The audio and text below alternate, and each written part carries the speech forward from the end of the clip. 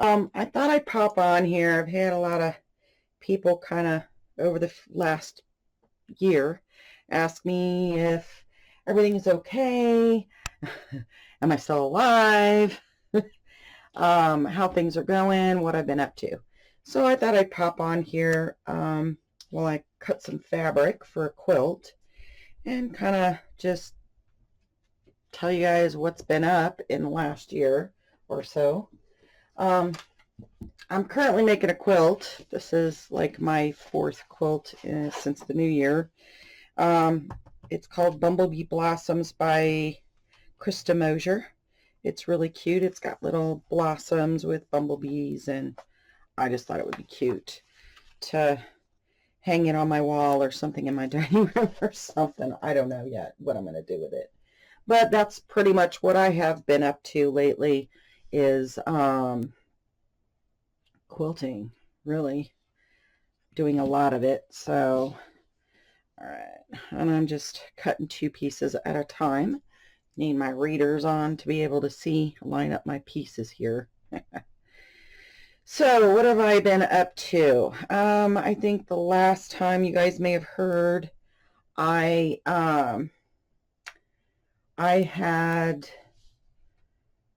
was installing bees, honeybees. We did install 12 hives. That was fun because they arrived kind of late in the afternoon, so we couldn't install them then. It rained the next 2 days, and you only got about 3 days max to get them installed into their hive where they start dying off. So that was something we were really trying to avoid, which we did. We got them all installed. Yay. And let's see here. So focus a little bit here on what I'm doing. It's just to cut this at an angle here. And so got those installed, and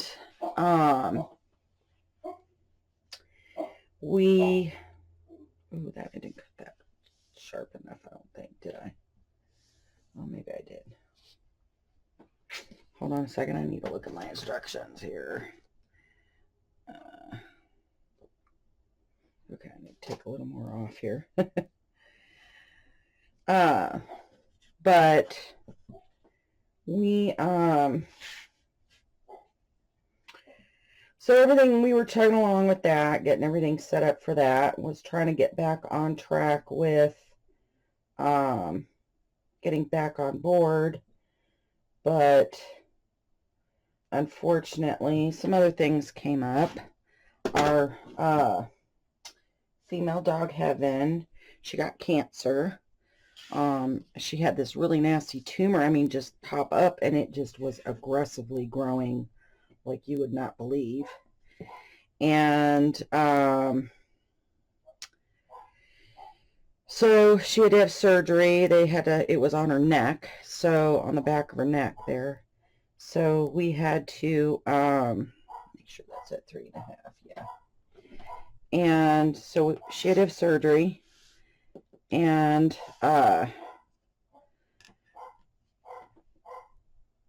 then a few months later, it came right back just as aggressive.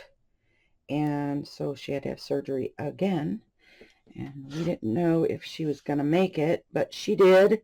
So far, it's been, let's see, she had her first surgery back in January of last year, and then again in April. So it's been a year, and it has not come back, thank goodness. So she's been doing okay, but since the surgery and because of what the cancer did, she's now cataract in both eyes, so she sees very little, and I probably shouldn't be cutting this while I'm talking to you guys. I'm probably going to screw it all up. And she is going deaf. She's just about there. She hears very little, so we thought maybe she was still in pain because she just sits there sometimes and whines. And we could not, for the life of us, figure out what was going on. Let's see, 2, 4, 6, 8. And I need how many? 42. So what is that? I get 8 from 2 strips. Let's get the calculator. 6. Okay, 6 stacks, which should be right. So anyway, so it's very hard to do videos because most of the day she just sits and she all day long. And we thought maybe she was in pain. We took her back to the vet. He said, no, she's healthy. It's probably because she's deaf and she is trying to, I don't know if you could see sorry if I was out of camera on that one. I didn't think about that first thing. But so she whines, the vibration, I guess, of her whine comforts her, I guess. So, okie schmokey. So I'm cutting these. It's calling. These are going to be the leaves on the flower leaves. The leaves here. So they're trapezoid, and I got this ruler. It's a 60-degree ruler from Karen from her name is Karen Mosier. Karen Mosier or Krista Mosier. And so, because my AccuQuilt does, most of the trapezoids are all 45 degree, and I do not have any that are 60. So, and I just wanted to try this because that was another thing. I got my hand fixed. Remember, it was all like this. Well, it had gotten pretty aggressive. It was pulling my other fingers down. It was about to there. So, got sent to an orthopedic who, it's some sort of disorder, disease or something, and it's hereditary. My dad had it as well, and so did my grandfather. And it normally happens in men, but it does happen from time to time with women. Figures I would get it. And so essentially what they did was they injected, instead of having surgery, which is very aggressive, I opted to try the shot, which they inject some medication, and then you pretty much have to walk around with this, your hand wrapped up for a day because you can't use it for 24 hours. You go back 24 hours later, and what it starts to do is it dissolves those bands that are growing in there, and then he essentially snaps it. And yeah, it sounded like a bone breaking. My son looked twice because he thought maybe they had broke my finger, but they did not. They broke the band. And then I had to wear this cast at night when I slept, like this brace to keep my finger straight. I had all these exercises I had to do, and then they gave me like a compression glove to wear to keep the swelling down. It looked pretty gnarly. It looked like my finger had been broken, my whole hand. I have never in my life had bruising on the inside of my hand, but the whole inside of my palm was bruised. But there is some buildup coming back, and he did say it could come back. It can come back aggressively, but we can do it again and again and again if needed, to get it to go away, because it does limit. It was so bad, you guys, I couldn't even pick up a pair of scissors and cut. It was, I mean, I still have limitations, and I understand I do have limitations because of this, which they cannot do anything for. Essentially, that's just additional arthritis that's really bad in the joint.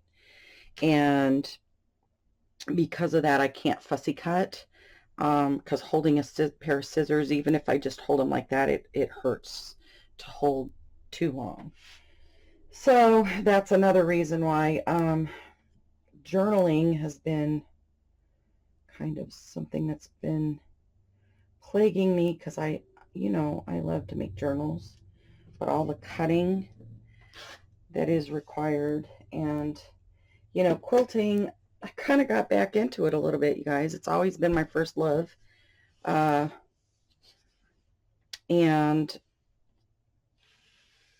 getting the AccuQuilt system allows me to do a lot of my cutting.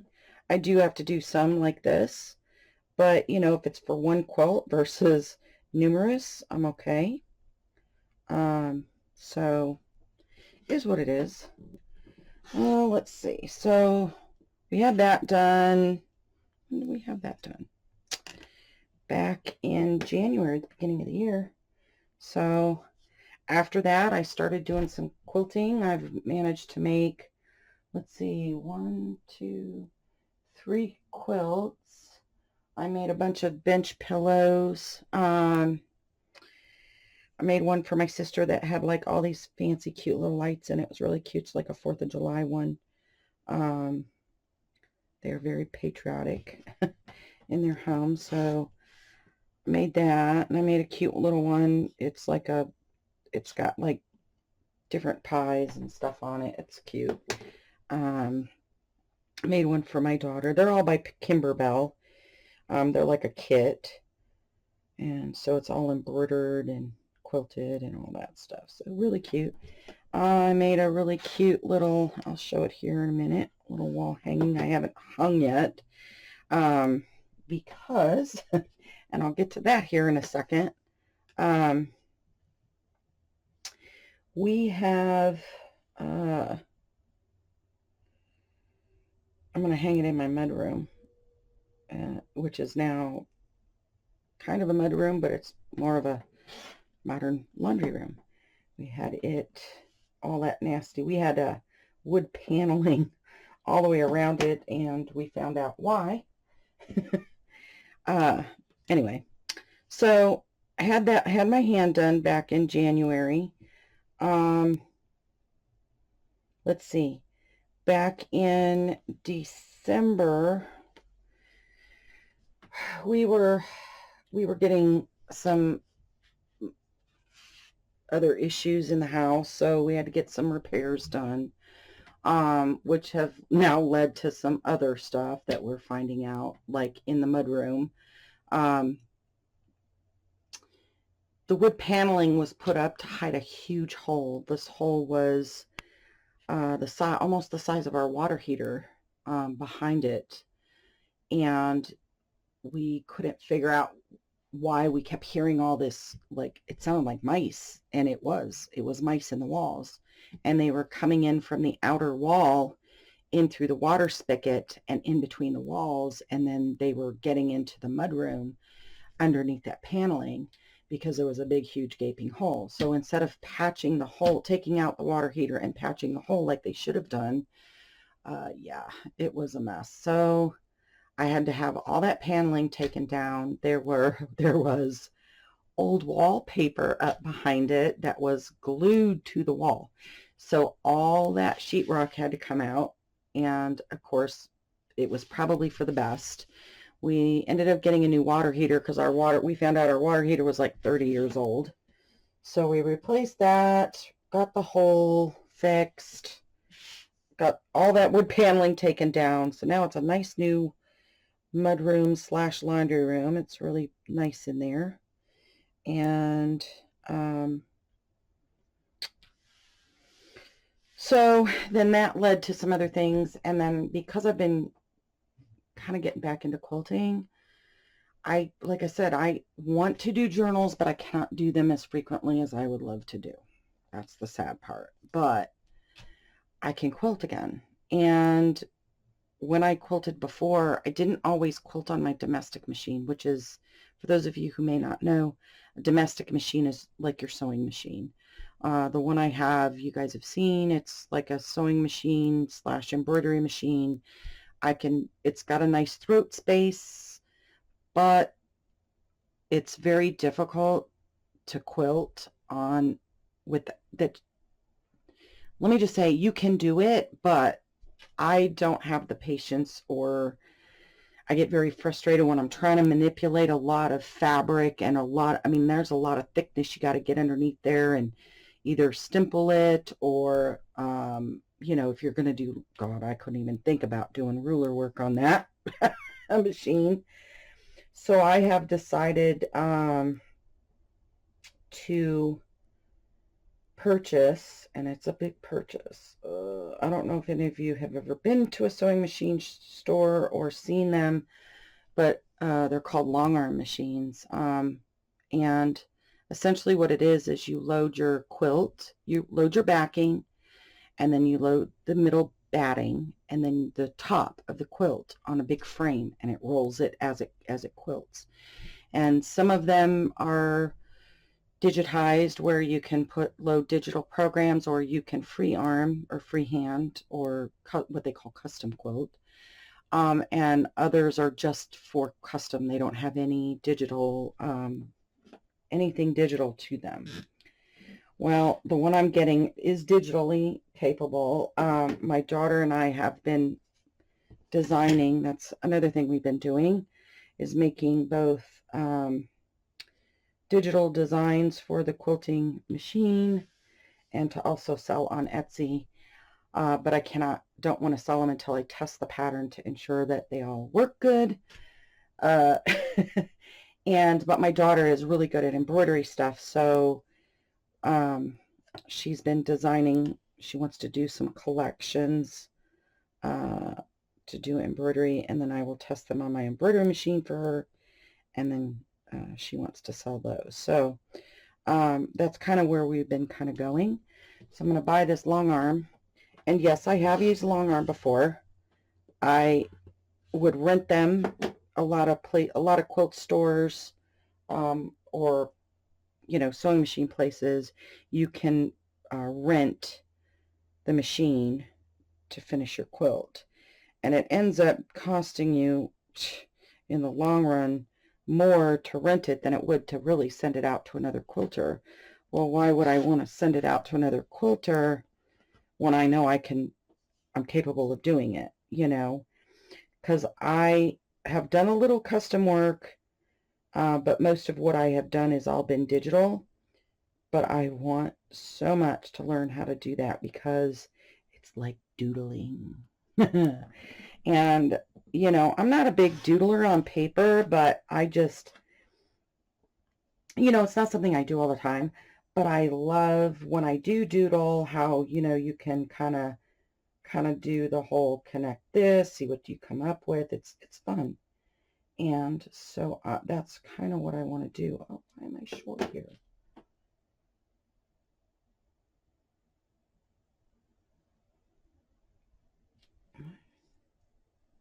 Not looking with my glasses, I think.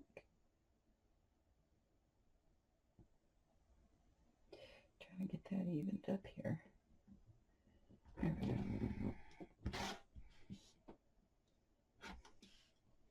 Ooh, that one was cutting it close.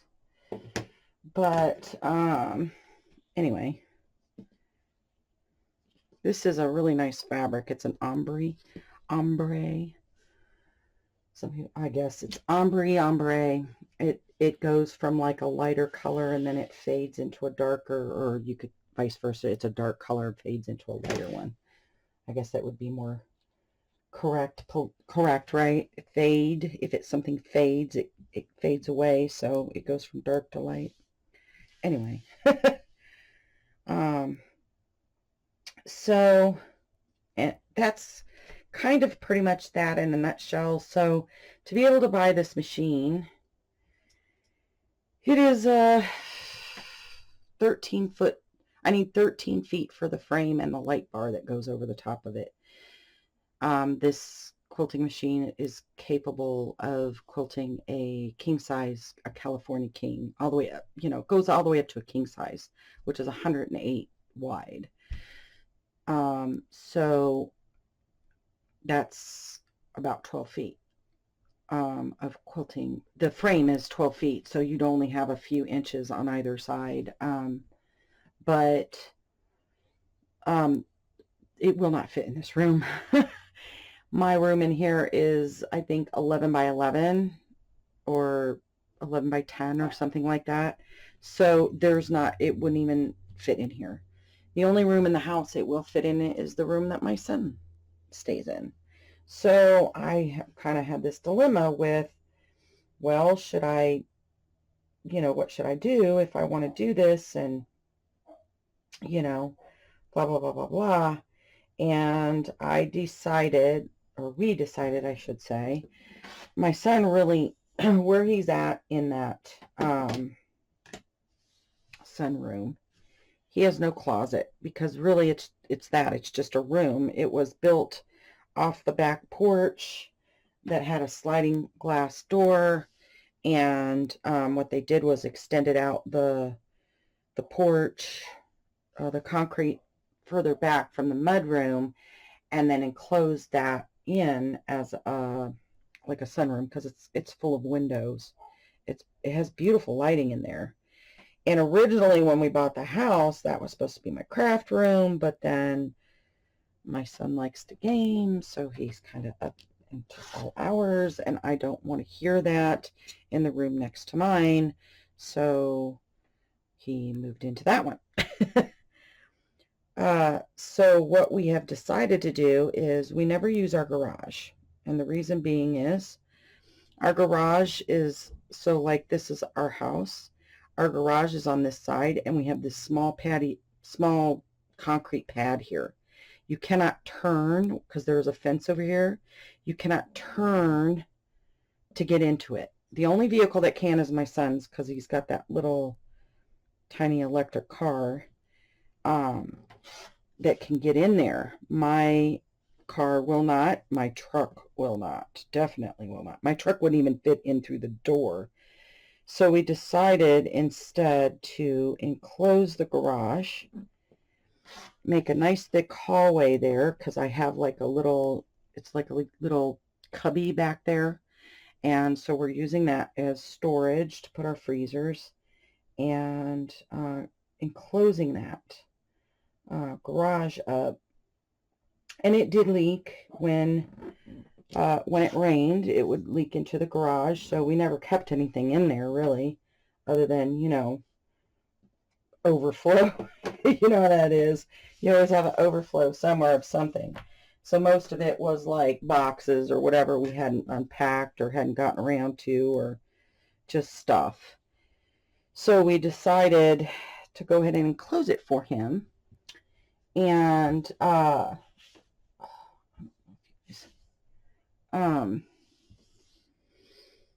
and go ahead and we got like one of those window air conditioning heating units to put in there instead of a splitter. And so we got all of it. We got the wall built, got him a closet built, so he'd actually have a place to put, you know, one of his stand-up dressers and hang his clothes, instead of them, you know, being folded and left in a laundry basket, which drives me bananas. And so we did all that, and let's see, we put the wall in with the hall, got the closet done, and then we got a really bad, back in March, early March.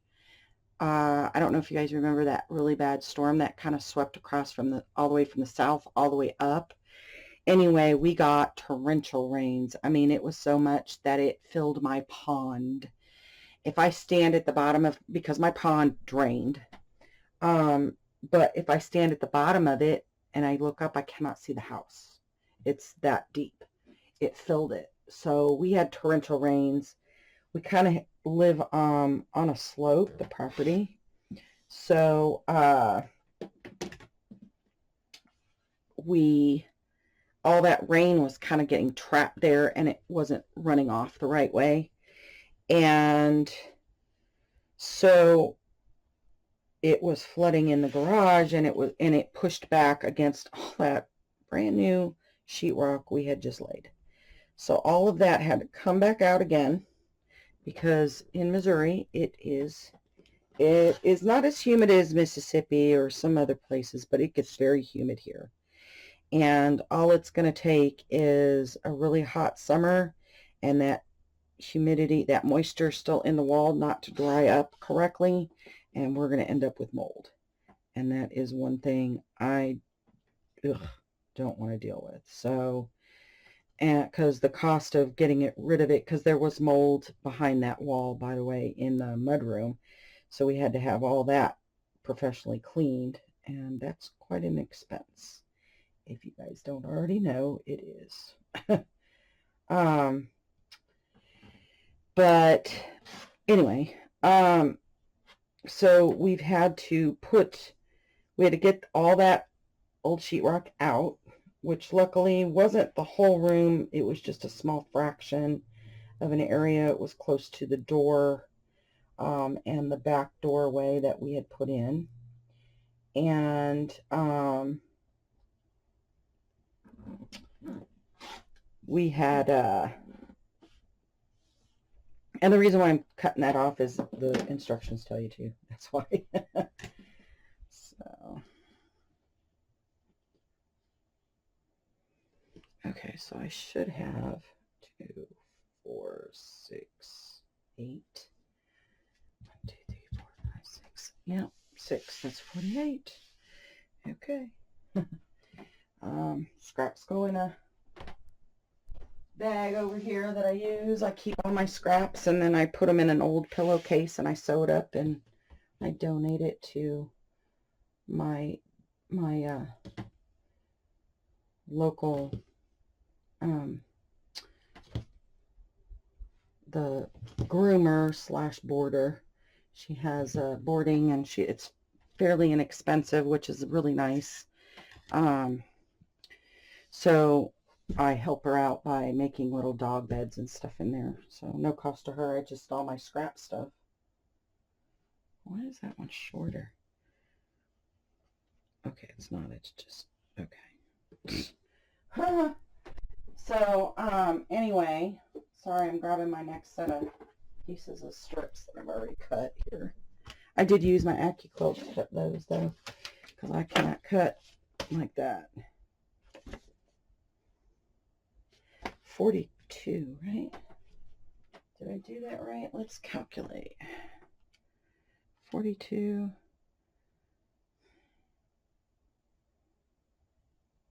divided by 8, 6.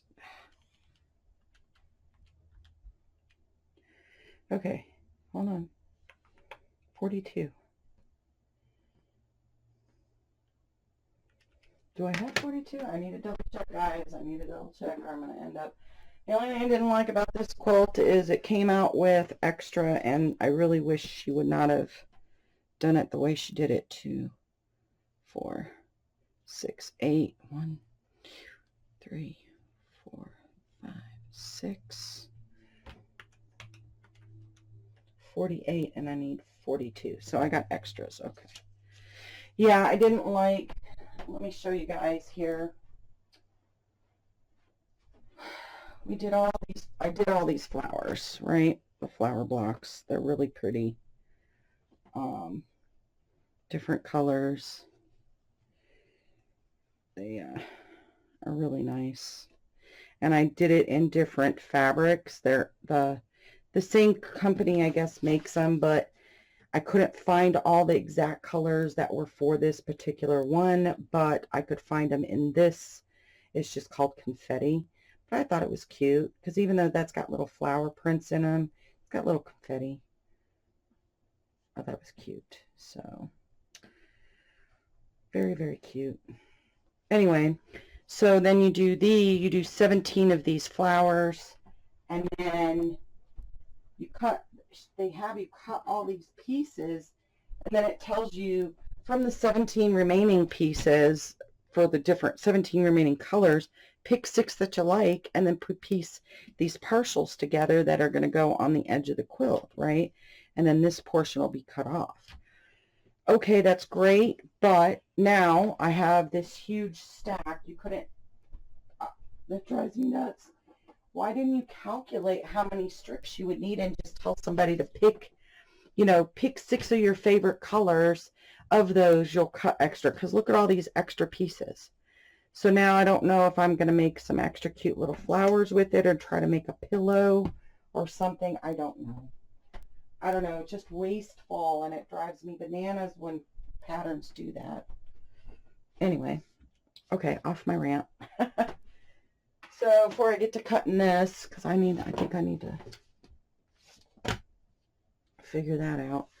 But anyway, so what were we talking about? Oh, the room. So it flooded pretty good. We got all that cut out, but they were going to come back and start, because my uncles, by the way, are, thank you, Uncle Gary and Uncle Mark, are building this room for me, and they did my mud room for me. So it flooded again like a week later. So nothing else got damaged. We got all the water dried out and everything.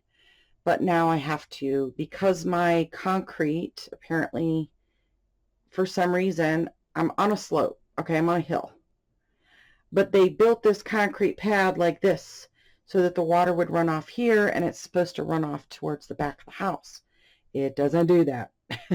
It's just lulling, and then it's going over the lip for the garage and into the garage, and that's why it was leaking into the garage before. So now I have to get this big grate. It's like 5 inches across, dug out of there, and then dug into to put a trench pipe and a grate over the top of it so you don't fall into it, obviously. And to be able to get all that runoff so that it won't flood into the room anymore, so that we can get it finished. Well, I can't buy the long arm and get it moved in there and start doing some quilting until my son gets moved into that room. And oh my gosh, it's been crazy. Because we were supposed to have this room finished by the end of February, then it moved to March. Then we said, no, it'll be done by end of April. Well, the guys that are going to dig this out can't come out until the middle of the month, this month in May. So, and then they've still got to finish.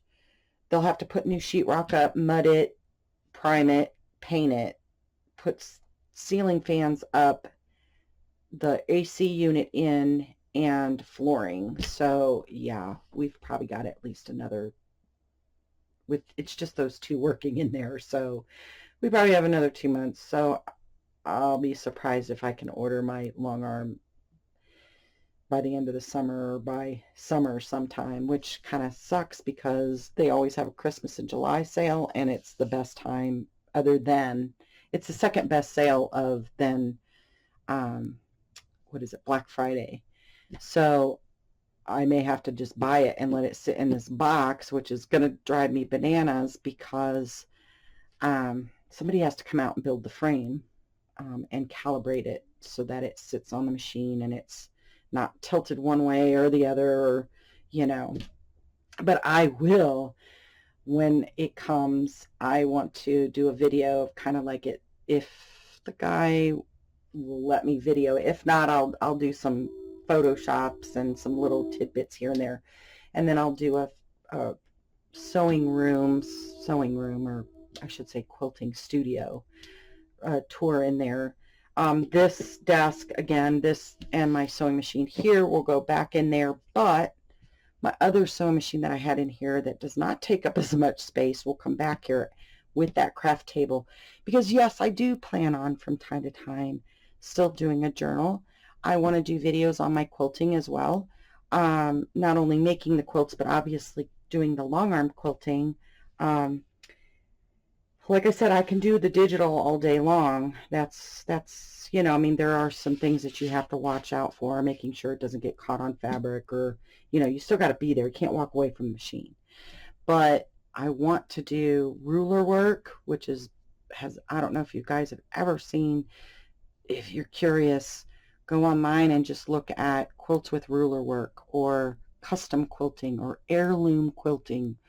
It's some of the most beautiful quilts. You know, I know you guys have probably seen them, and that's really what I kind of want to do. I'm finding a new love again.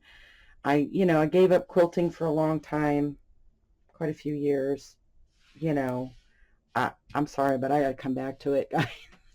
But the great thing is, with that long arm, there are things that I can do and make for journal, like journal covers, quilted journal covers that can be, you know, basically done and then purchased to build on and elaborate and make even more, you know, make them your own kind of thing, you know, sewing ribbons on flowers, whatever, doing your own.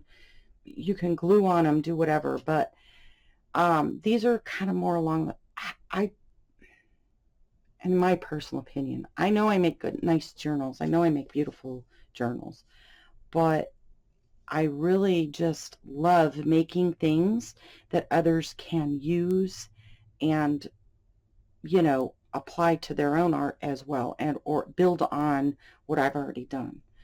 I I don't know, I just have a love for it. So I don't want to say goodbye, because it's not a goodbye. I'm still going to use this channel. We haven't decided yet. I mean, my daughter and I have talked about it. I really don't want to start a new channel, because I think there are a few of you out there that want to learn to quilt, or they want to learn to sew, or even do small projects. You know, things like start small with like placemats, or, you know, making a pot holder or whatever. I mean, as silly as it sounds, and I know as an artist you kind of want to jump in there because you see something really big and it's challenging, but I'm telling you, from a sewer's perspective, and for you guys have seen, I have showed you guys some of my quilts that sit in a box and I probably will never finish, because I wasn't happy with it, or I rushed through it, or it was a technique that I thought I could do because it was more advanced than it was. As far as the long arm goes and techniques, I'm taking classes right now. They're online, to uh, and I have access to these classes forever. Um, and what it kind of shows you, how to practice off the machine, how to practice on the machine. And yes, that's something that, you know, it's just like sewing a straight line, or sewing whatever. You have to practice at it. So, you know, that's things have been. Let me show you guys that quilt. Let's see if I can. It's right here. It's folded up. I haven't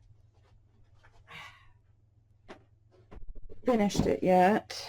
Well, it's finished, but I haven't hung it yet. But this is like done on the embroidery machine. So it's all these blocks were quilted in the hoop. It was not used, you know, in a long arm. It has three-dimensional flowers and little, you know, I love these cute little boots. They remind me of my mud boots myself. But just the different techniques you can do. Of course, it has little bees. So, you know, and umbrellas. And, you know, has little different blocks up here. I think that's called the orange peel. But this one I will hang in my mudroom. I thought it was cute with the guarding and the mud boots, because that's where we store all our mud boots. But, yeah, so this has got to be hung. Most of the little three-dimensionals are just pinned in there instead of sewn in, so I can take them off so I can wash the quilt if I want, you know. But just these are a few things that I have been kind of up to. I made a patriotic quilt. I've always wanted to make one. I finally did the top. I have, like I said, I have about, let's see, 1, 2, 3, 3, and then once I finish this one, 4 quilts that will be ready. I'm holding on to them to do on the long arm. And yes, I'm going to video them. I'm going to video mistakes I make and how I correct them, all that stuff. And I know that some of you are journalers and are really not interested, and that's okay, you know, but it's also, it's good sometimes to expand your horizons or expand out your art or learn something new to have in your repertoire, so to speak, right? Am I saying that right? Repertoire. So, but you know, these are things that I love to do, and I got away from it, I think, because not so much that I got burnt out. It just, a lot of it was, you know, just doing other things with other people. There was no joy left in it anymore because I felt like I was being sucked dry because of their rules of how you must quilt or you must do certain things. Like you can't open your seams to, that's bad. You can't do that. Well, I understand why it's bad to do it on certain quilts, but there are certain things that it's okay to do. And I just felt like I got entrapped in this, and, you know, and their whole, I guess in the quilting community, they call them the quilt police. I guess you have them too in journaling, the journaling police. You can't do certain things, but why not? I mean, that is how, what kind of sets you apart and what, you know, how you stand apart from things, right? So, and then we've had some other downers too. And this video is not to say, you know, oh, my life sucks and this is why no. It's just to explain these are kind of things that have been going on. We've had some really great things that have also come about, you know. So just trying to explain, and I guess my way of apologizing to all of you viewers that, you know, have watched my channel and then just, boop, I disappeared right in the middle of doing, as a matter of fact, it's still sitting over here on the side, this. You know, remember these when I was doing them? Yeah, so, and I think we got through like week, what, 14 of last year. So that was probably my last video. And I apologize for that. You know, I know you guys look forward to things. You guys get ideas. We get ideas from each other from that. And I get it. But life has happened in the last year that, you know, and I'm not saying you guys are not special to me or not a priority to me, but so is my family, so is my home, so is my animals. We went to open our beehives this year, and unfortunately we went to open them after winterizing them, and all our bees were gone. They weren't dead, they were gone. They were there last we checked in early January. We could hear them buzzing around in there. We did, because we would drive out there and periodically listen to make sure, you know, we could still hear life and stuff. February, early, I can't, it was probably mid-February or so.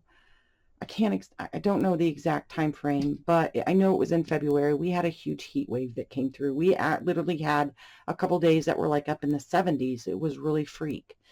And I spoke to Dr. Leo, who is he's a entomologist. Am I saying that right? Entomologist. And he does bees in the horizontal hives, same hives that I do. And he doesn't live very far from me, and I went out there to go talk to him and told him what happened. He thinks that between the weather that's happened between California and Florida, and then our freak weather, the barometric pressure, and everything else into play, threw off our bees' sense of when spring had come, because we did have, like, my maple tree bloomed a few weeks early. I mean, I'm talking a few weeks early, earlier than normal. And he thinks maybe what happened was it could have generated the queen to start laying heavily for spring, because the winter bees start to die off. She lays for the spring. Those are the worker bees that bring in normal worker bees only live anywhere from 2 to 3 weeks. So she started laying and it overpopulated the hives, and they were all doing it, and they pretty much were starving, so they left. That's the only thing we can figure, because we don't close them completely off like they're sealed tight.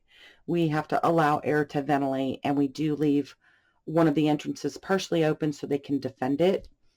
And that's norm for those kind of hives. And that's probably what happened. So we lost all 12 hives. We did order some bees. They're expected here in a couple weeks, so we'll be busy doing that. Hopefully, and of course we've got rain forecasted, and I'm like, oh, repeat of last year, great. But hopefully not. We only bought half the packs, but we did put some swarm traps out so we could hopefully catch some local bees to help save them, because when bees swarm, and they do start swarming right around May, Mother's Day kind of thing, when they leave their hive or their current place, they only have 5 days to find a new hive or a new place to live, or they die. And that's how they do. They leave half the bees behind. She lays, they'll develop a new queen for that hive, and they take off with the queen to go find a new place. And that's the norm of it. So we don't know. We're hoping we'll be able, we put like 3 out, hoping to catch some. And if so, great, free bees. If not, we're just going to restart with 5 hives and try to build again next year. Double them up after swarm season. We'll artificially swarm them. So when they start to lay their, when they start looking like they're building queen cells, we'll start splitting the hives, and we'll just build a bigger hive that way. So our hive colonies up that way, I should say. And then last week we had a red fox, because I don't know if you guys know, but they are in the birthing, and they're feeding their kits. So a lot of the fox are out, and one dug a hole under our fence and got in, and I was going out there going, where are my chickens? They're hiding somewhere. We lost 4 of our chickens to a fox, so we had to fix the fence and build all that up and lay some cayenne pepper, so when it takes a big sniff over there, it'll burn its nostrils and not want to come back. It's less harmful than shooting it. Because believe me, when I realized the first time, when I seen it out in the back, and it had drug it out in the back field, and I seen this fox tearing something apart, and I ran out there and realized it was one of my girls, I was not happy and was very tempted to go get my gun. But I decided not to. There was a more humane way of doing it. So, because the foxes are on the decline. So, I mean, as mad as they make you, you gotta make peace somehow. You don't want to, but you do. But that's kind of pretty much where I'm at. I will, if you guys are curious, I can come on and show you kind of bits and pieces as I put this together. I really don't want to do a whole on video on this, because this pattern does belong to someone else. It is copyright. I don't want to, I don't want to get in trouble for that. But I will show you guys like bits and pieces and put it together. But I will keep you abreast of what's going on with the new quilting room, or the quilting studio. And if there's things that, you guys want to see me make, like, journal covers, I'm happy to give it a go and try and see what we can do, and, that kind of thing, or make little, zipper pouches or things like that that you guys can use for your journals. I still am, because my daughter, you're not giving up journal. No, I'm not giving up journal making. I just cannot do it on the frequency. I mean, I didn't make a whole lot before, but I cannot do it in the frequency, especially like trying to sew in signatures and doing things that are requiring scissor usage, even small scissors with that repetitive thing, it hurts my hand. I mean, I can hold it straight, and there's a lot of other things I'm back to being able to do. A lot of things I'm still limited to. So I have to accept my limitations, you know? And it's sad, but but I don't want you guys to be sad for me for it, because there's other ventures that I want to pursue. And I hope that I will still see you guys on the channel and hear from you guys on the channel. And I miss you guys. Oh, and I want to shout out a big happy birthday to one of my crafty friends. I won't say who it is, because I don't know if she announces her birthday or not, but happy birthday, sweetie. I missed it. I'm sorry. It's the same one as my sister, and I got preoccupied, and that's my bad, and I apologize. But I love you. I really, really do, and I miss you. And happy birthday. She knows who I'm talking about. So anyways, guys, I will try and I'm going to finish cutting this up and see if I can't get a couple more pieces done for the day for dinner time. And I will try to pop in a little bit here and there and show you where I'm at. And start trying to get back into the groove of doing some videos again for y'all. Anyways, till next time, guys, plenty of hugs, loves, and blessings. Mwah! Bye, guys.